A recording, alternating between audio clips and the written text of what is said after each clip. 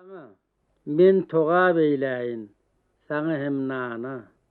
Gel otur gaşymda, okaýyn nama.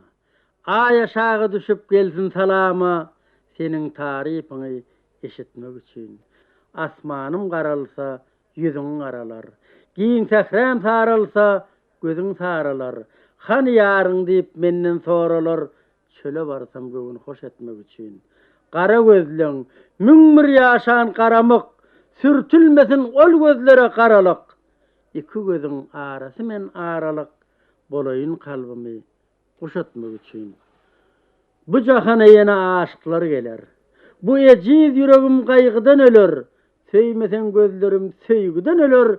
Söý ahyren meni ýaşatmak üçin. Bizde goşu okulanlar, kämehal üýşülýär şahirler bolup, derdinýä ýeňleşýär gaýgy gussalar, kelliler azrak gyzyp başlansoň, her kim goşy okamagy gyssanar.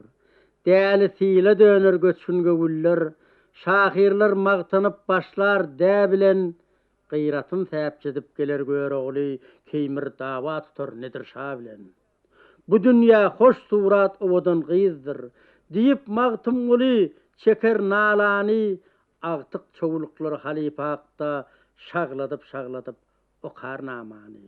Delil ak çeker hanyň zulmyndan, ýa dülkede tüm garaňky kapatsa, iki dünýä deňäp ýarynyň zülpin meýlise goşular molla nefeste.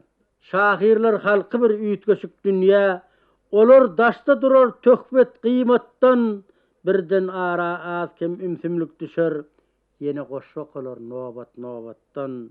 Yine goşu, yine kızýar kelliler, kän ýaşasyn gelýär, rahat dünýämiz, daýhan yere tohum sepýär bahardan, şahirler magtanýar, ine dünýä biz.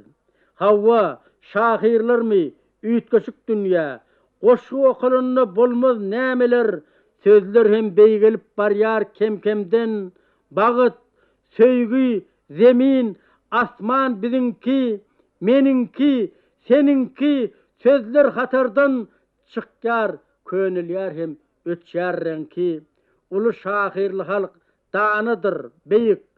Göňüne çygy mihman geler her ýerden, iň gowy zat şahirlerimiz dirike, misten ýa bürünçden, altyn mermerden, olar ýadygarlyk dikeltýär sözde, goşu okulanna.